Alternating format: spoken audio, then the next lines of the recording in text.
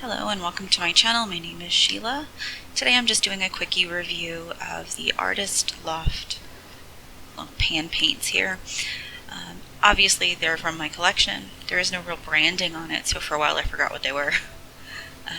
But anyway, there are 36 colors in this set. These are student grade. Again, once you remove the paper, you really have nothing. That's why I said unnamed cheap set. Don't tell anyone. The lid does come off easily, I noticed, so I keep having to put it back on. It does come with a basic brush that I've lost.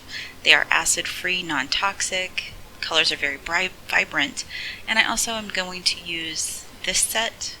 This isn't going to be fully a review of this set particularly, but they are metallic. I'm going to use them in the painting because I like shine and shimmer. So yes, you are going to be treated to a painting here throughout. That's how I'm going to test them. Anyway, for the other ones I couldn't find any kind of light fast rating, but you can see I do like how the colors come out. They are very pretty.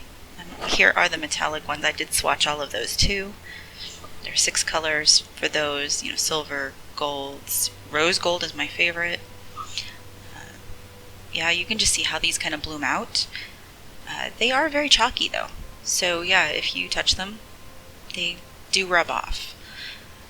Normally I know they recommend you don't use any kind of like fixative or anything else with watercolors, but I'm really tempted to because these are so chalky. But as you can see, let's go ahead and get this one started. I just sprayed my canvas. This is just a basic watercolor board by Canson, I believe. I've used them before. And I'm going to go ahead and put some salt down. And you can see how it does with the salt. I like to do this, where I just kind of do drippy drops for additional color, add a little more salt, a lot of good stuff there, and a little more water. Spread it around a little, wipe it off a little. I also use a tissue for that. Sorry, this is going to be kind of a quick thing because I just want to test these paints out and show you how they work. You can see they actually bloom very well in a wet on wet, like extremely well. I just love that red. I do love pinks. I used to hate pink, so I have no idea why I love it so much now, but it's showing up in a lot of my current paintings. Yeah, let's go ahead and pull out the metallic. Add a little bit more of this red first though. But yeah, I'm going to go pop in some of this rose gold from this metallic set. I told you I'm not really reviewing that yet. I'll deal with it in the future, but you can see how it operates and how it works. I'm going to spread this all around, add a little more purple. These colors are exceptional. Again, I know they're not light fast, but yeah, I mean, we are dealing with student paints, but they do make beautiful paintings. So if you need something, these are like $6 at Michael's. I mean, we're talking very affordable. You have 36 colors. You don't have to mix any colors on your own. There is a lack of any really good, like red. The primary colors are not highly represented in this set.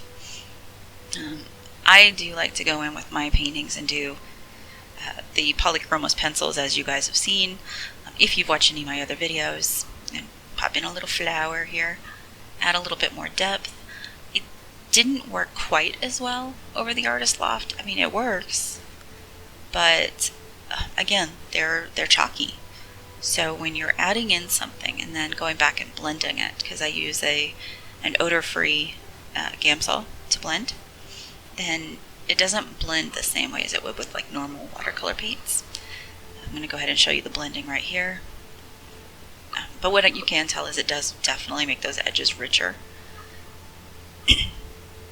I like to kind of do these little paintings where I plop a bunch of colors down, make it be, like a random background, let it dry, and then add a few splotches that can become trees. And in this case, I decided I wanted to do splotches that become flowers. But yeah, so this is the blending. It dries very fast. You don't have to worry about that.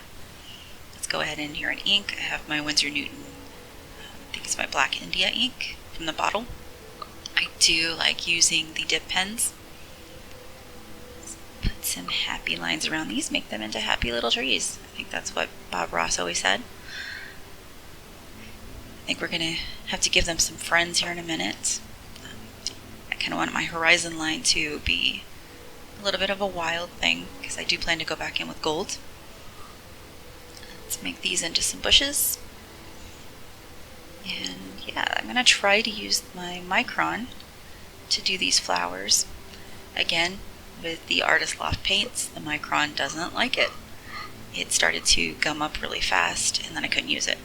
So I switched out my nib on my pen and went in with some more of the Winsor & Newton ink. That worked way better. So there are a lot of upsides to this paint, but there are definitely some downsides too when it comes to blending. So if it's already on the page, they don't blend very well. If you're touching it later, of course, yeah, you get the chalky residue.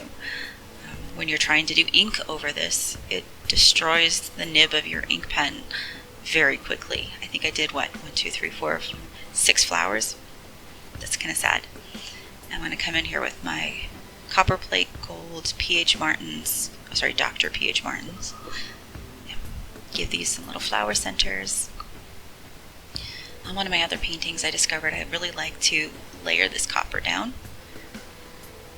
So I'm just using my dip pen with the Copper Plate Gold first. Just line that through.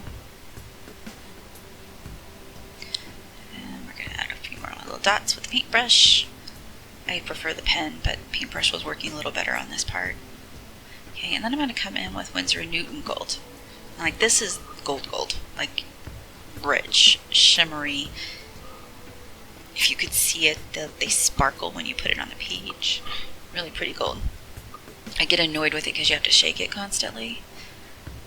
But you really can't beat this gold so far. I've been comparing a lot of different golds, paints, inks, stuff like that, and this really is like exceptional. Yeah, I'm going to go ahead here and add my white. This is I think it's Dr. P.H. Martin's. It's a white, like they call it Bombay ink. I like to add some little dotty dots. Yeah, we're going to add some flowers. I just wanted to do something a little whimsical to show you how these paints behave and how they interact with other materials. I do like doing the pen and ink with the watercolors.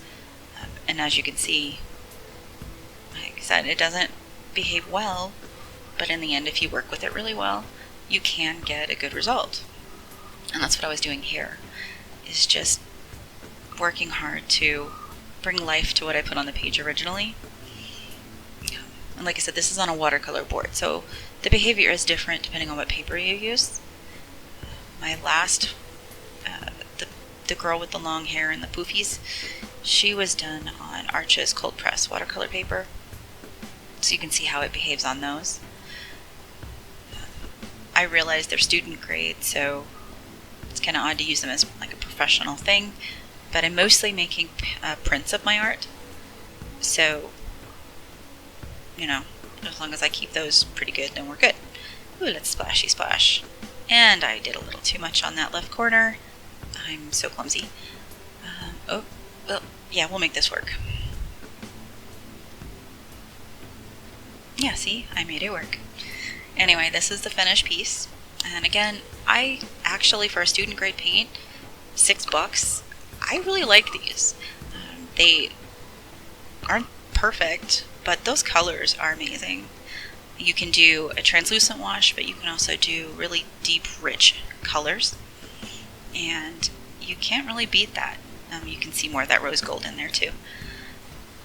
I have to say, pretty much my review of that is I like them. If you need something that's affordable, there you go. Anyway, follow me on Instagram. And I hope you really enjoyed just checking out this video with me. You can also catch me on Ko-Fi or Coffee or however they pronounce it. I may eventually set up a Patreon, but not yet. Anyway, have a great day.